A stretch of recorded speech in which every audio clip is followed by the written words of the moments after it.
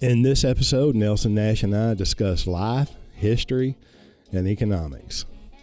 See, it's just like things that you know about, like old David Irving, a real historian. He didn't sit in the fire in an ivory tower and pull down this particular history book here and read it, and then read this history book, and then read this history book, and so forth, and then write his own book quoting those guys, and so forth. He calls it intellectual incest. But you know, he went personally to these places for years and met and talked to people and looked at documents and diaries and all that kind of stuff. That's real history. Yes, but he was one of the few authors at the time that could fluently speak and write German. Sure, absolutely. That's it. That's real history. And see, on a very minor example, years ago, one of my favorite places to go to is Midway, Utah. There's a little bed and breakfast there called the Blue Boar Inn, and it's totally a German area. Anyway, I was recommended to it by one of our practitioners years ago. His father-in-law ran the Blue Boar Inn. And so we've been back several times, and Jay Niederhauser, the guy that runs it, has become a real good friend. Well, we spend a lot of time together every time I go there, and he always has meals with us, and we jaw and jaw. Anyway, he had read this book that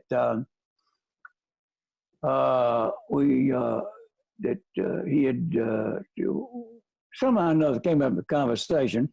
It's called Between the Lines. Now, back in the days of the wars that we were just telling about, the French built the Maginot Line to protect themselves against them damn Germans, and the Germans built the Siegfried Line to protect themselves against the French people. All right, Herr Mueller is about 8 months younger than me. He grew up between the lines. Now, the little town that he lived in, his father was in the fence business and so forth, and spoke fluent French and German. And there was no military target there in that place at all. But what the Bomber Harris did to that area is unbelievable. So forth. All right, now, as a result of him being close to my age, so forth, he's telling about what it was like growing up between the lines during the time I was in America, during, you know, our American stuff, whatever. Well, anyway, Jay Niederhauser gave me the book. He says, I'm just about through with it. And so anyway, I read it, and then I found out later that Herr Mueller, the author, became an American citizen and was located in Sarasota, Florida. Mm-hmm. Well, David, David Stearns, his parents lived in Sarasota, Florida. Now, David and I had a trip to make to Orlando for a seminar, and Mary and Kim went along with us. Then we went over to Sarasota to be with David's parents. And so I found the contact information with Herr Mueller. And I called him, and he answered the phone, and I said, Herr Mueller. He started answering me in German, and I said, sir, that's all the German I got right now. but we got an immediate appointment with him, and David and I went over that, spent over 2 hours with him. Wow. And James, that's real history. Right. You're learning what actually went on. Yeah. Anyway, so we got autographed copies of his books and so forth, and that was a wonderful experience. And it's a good practice to hunt these folks down when you get an opportunity like that, and go meet them one-on-one, learn what it's really like. Sure. See, let's go back to old David Irving, for instance. He learned. He got intrigued by it all because of what happened to Dresden, and that was that fellow worker in the steel mill that when the German guy got off of duty, that he came and he slept in the same bed that David Irving slept in for the previous 6 hours or whatever. Anyway, that's the way he got to know him and got to learning about Dresden, because people didn't really talk about Dresden at all. And so he went there and learned firsthand and such. Anyway, we talked about Bomber Harris. You know anything about Bomber Harris? Only from what I've learned from you. Okay, he was their version of Curtis LeMay here in America. And I was in the Air Force for a couple of years under Curtis LeMay, and I don't particularly admire his life at all. Anyway. The British version, right? Bomber Harris. Yeah, Bomber Harris is the one who just obliterated that little town that Herb Mueller lived in, and so forth. Okay. Anyway, David Irving he met Bomber Harris and interviewed him and so forth. And he says, Dresden? And Bomber Harris says, I would never have done that. But it was ordered by Churchill. Well, our history books tell you what a wonderful guy Churchill was, don't they? Mm-hmm. Well, there's some interesting, if I could say, there's some interesting new information to me about Churchill going back to the Boer War. Yeah. And Gandhi. Oh my gosh. Yeah, Gandhi was down there also during that time.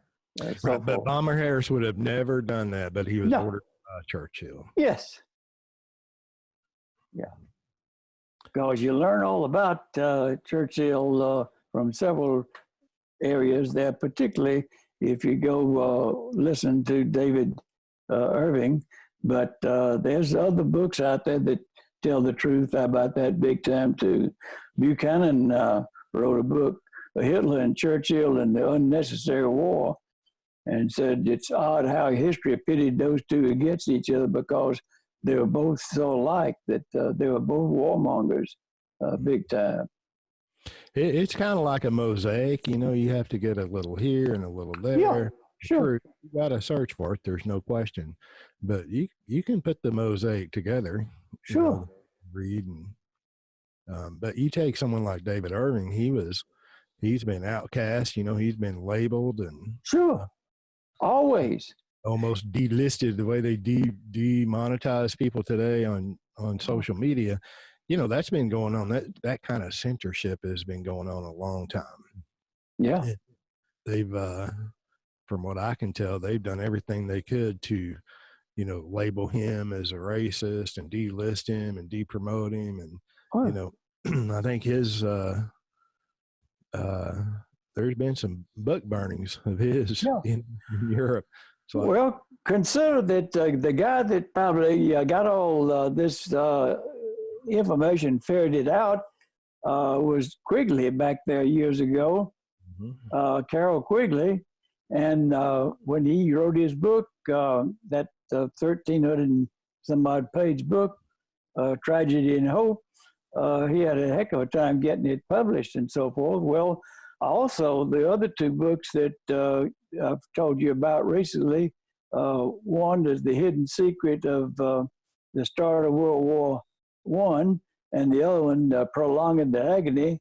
The first book, they had a heck of a time getting it published to the point where they were very reluctant even to try to come up with a second book, Prolonging the Agony. But Prolonging the Agony is so very, very revealing. There is no way that you can understand the last 120 years of civilization without understanding the Boer War and what started and how it has grown right topsy since that time. And you end up with folks like the Dulles brothers and so forth. My word, what awful, awful people. But that's just the way it was. Now, James, old Cecil Rhodes had that idea. You had that secret society or whatever. Mm-hmm.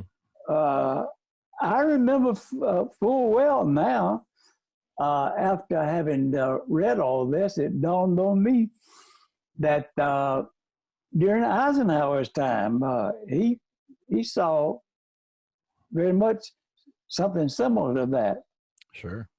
Well, but when you go back to the one, I have to put a little bit more enlightenment about Eisenhower's Rhine Meadows death camp. Mm-hmm. The real instigator of that was Morgenthau. Mm-hmm. It was through orders from Washington, D.C. Mm-hmm. Well, Morgenthau went back to FDR's cabinet, didn't he? Oh, good Lord. Yes, exactly.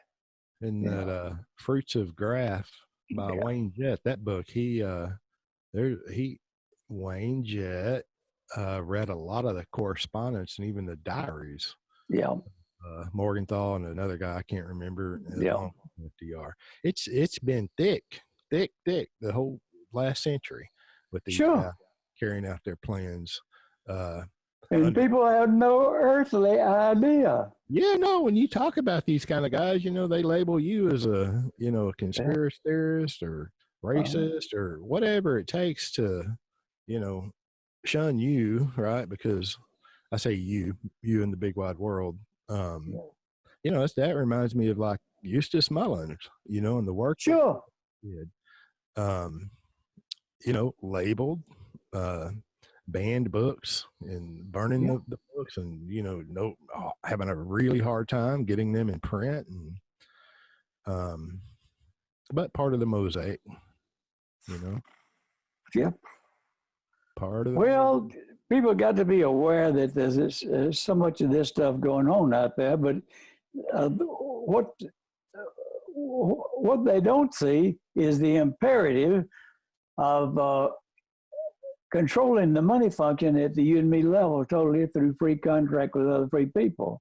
You can create that environment that the Black community had there on a widespread basis, which we really have right now through life insurance, because it's free contract with other free people. That's why that 4 paragraphs or so in Peter B. Bose's book about, I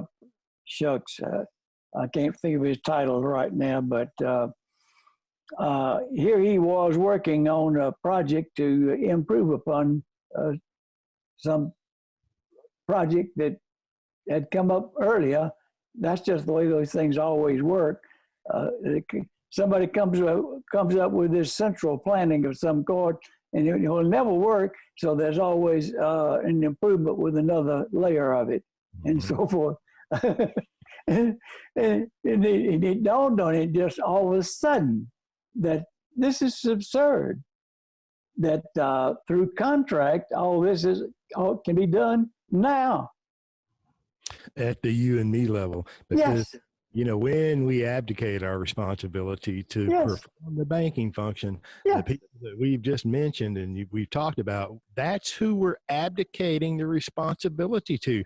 And Yes. they don't have our best interest at heart at all. Well, you see, the whole life insurance community, because of what we just talked about earlier there, it is a closed society type thing because it's all dealing with real money. Life insurance companies cannot inflate the money supply. And why did they come up with inflating the money supply back there in 1913 anyway? War. That's right. And profits. War is a profit machine. Absolutely. Yep. Yeah.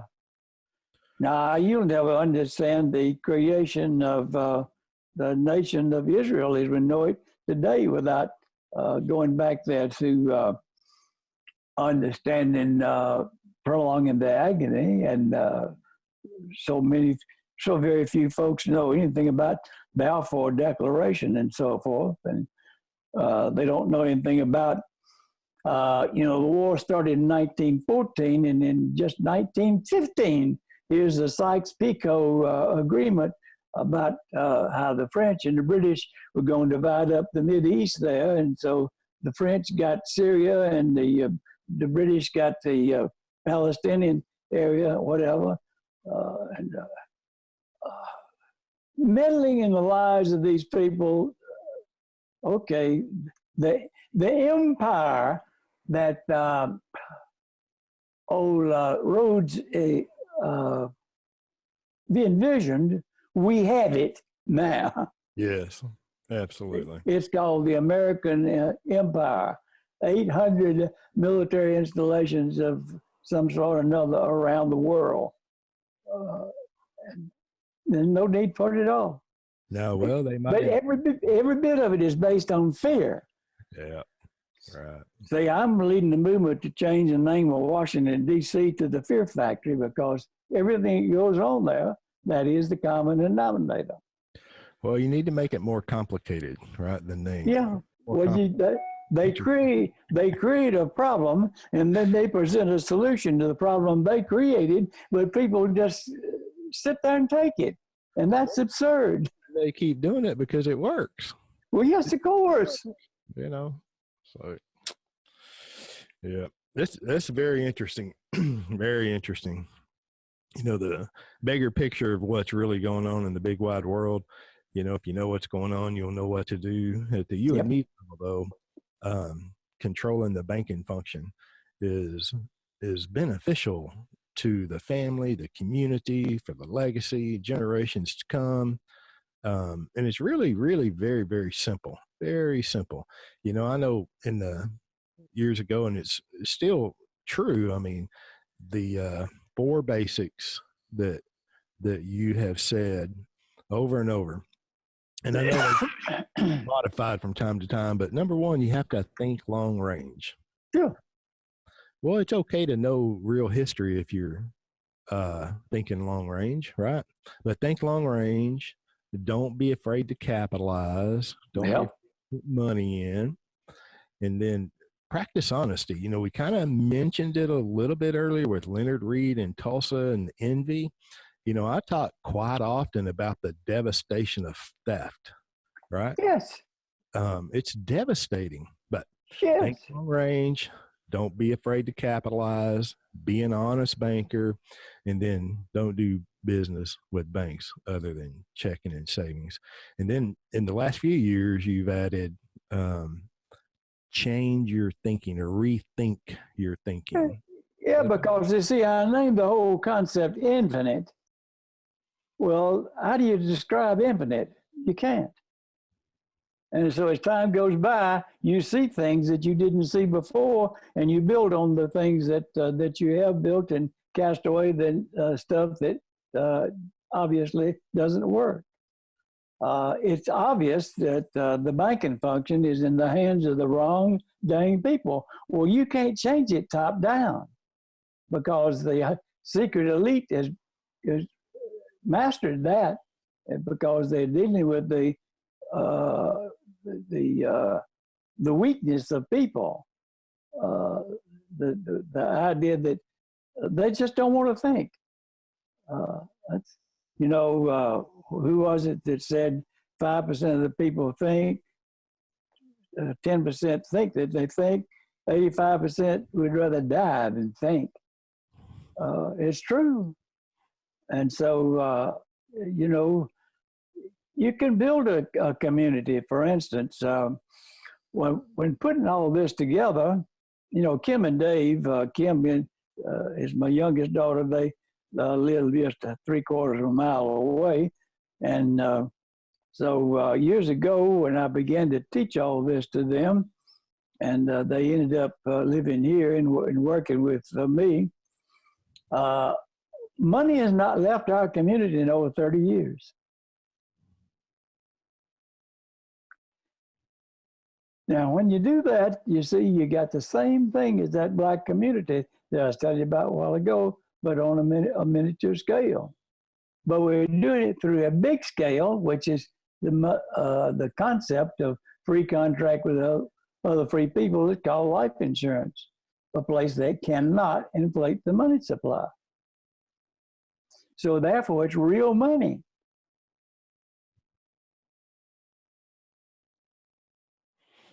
Yeah, that's not all that you've done, but a major work that you've really done in economics is just added scale to what's going on. Sure. Precisely. Added scale. I think that blows people's mind. That blows people's mind. Listen to me, the educated economist, you can't get past the word life insurance, right? The financial guru. It's like, well, you're just selling a product. And, you teach, you have written and said, and I agree and have repeated that, banking is a process. It is not a product. You can bank with anything. But whenever you understand or just see, it's not complicated. Whenever you see the structure of life insurance, it has all the characteristics of a financing entity. Yeah. And it's so simple. So I don't want to belabor that, but you have added scale to life insurance, even beyond what, the home office of a life insurance company can imagine, right? No. They didn't come up with this, right? No. The gurus didn't come up with this concept, this idea, this absolute ability. Wall Street didn't come up with it. No. It's right back to your top-down thinking won't work. It's a bottom-up. Coupled with the fact that you'll notice that in corporations there, how long is the CEO in office, huh? Right, until the values of the company go down or he takes his big, stock options. Yeah, stuff like that. Yeah, they pass right through, and that's not going to work. But yet that's the model that everybody goes through, and that's absurd. And so, getting the banking function at you and me level is the most important most important thing that a person can do. It's a spiritual activity when you get right down to it, no question. Well, all right. If you will be a banker, then you got to have customers. Well, who should be your best customer? Me. You. Well, if you're going to have you as a customer, are you going to lend money to a fool? No, sir. Well, it should be pretty simple, shouldn't it? Don't lend money to a fool. He's going to steal from you, whatever. All right. Anyway, so I asked people that aren't familiar with this concept, do you get compensated for what you do? Yeah. Well, what do you get? I get money. Well, it comes to you in the form of a check or electronics, doesn't it? Yeah. Where does it go to first? To my bank. Whose bank? Oh, somebody else's bank. They get all your money, don't they? Yeah. Well, if you owned a bank, wouldn't you do all your business with you? I rest my case. But you see, this doesn't compute in their minds that anybody can do it. But you can't do it overnight. It's got to be a transition period. Well, anything that you do out there is that way. Good grief. Just take a baby. How long does a baby exist before he can walk or so? Yeah.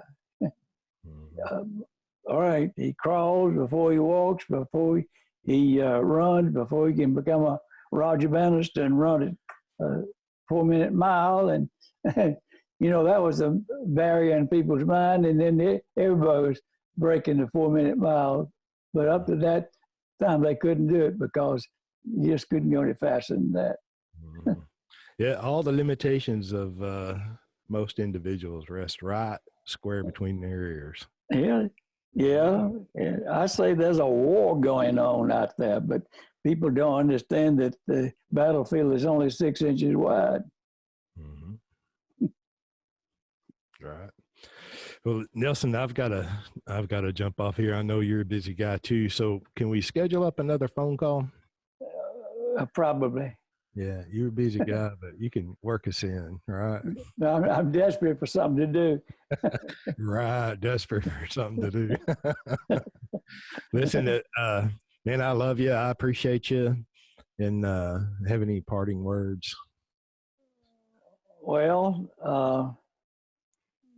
we come across good thoughts and good inspirations and stuff out there, no matter who you are. They're out there.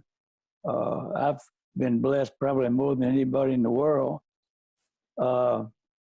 Anyway, so I call that superior seeds of thought. And the idea is to plant them into fertile soil. And so that means somebody's got to be a listener that is hunting, whatever. All right, up comes the superior plants from those superior seeds and so forth. But the caveat is that you also going to get something else out there you didn't plant, and that's weeds. Now, if the weeds are abundant crop to the point where you can't even hardly see the good crop, if you just learn to recognize weeds and get rid of those dang things, the truth stands out like a sore thumb. It's ridiculously simple. But this is something that people don't think about. They're too overwhelmed by watching the dang weeds.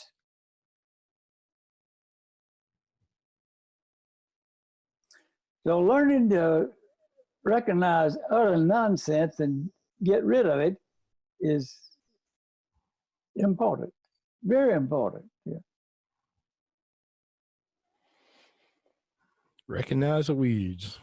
Recognize what's going on. And but it's so much fun to see those seeds come up in fertile minds. And so that brings me to a guy named James Neathery. Well, I appreciate that, Nelson. Well, remember, I've told this story about Bill back in my forestry days in North Carolina. You remember I'm an aviator. I was president of the Chamber of Commerce in Smithfield, North Carolina when I was 30 years old. And being the president, that meant that I got to pick the speaker for the annual meeting. Well, I picked Bill Piper Aircraft. And one of the messages that he got across to us, he says, "You have a telephone." Big deal. If somebody else doesn't have a telephone, you don't have a thing. Well, extrapolate that. You can have the greatest thought in the world. You can have the greatest means of communicating that thought. You may have the greatest delivery of that thought. But if you don't have somebody listening out there, nothing happens.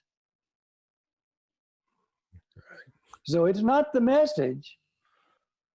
It's people recognizing the message and taking the baton and running with it.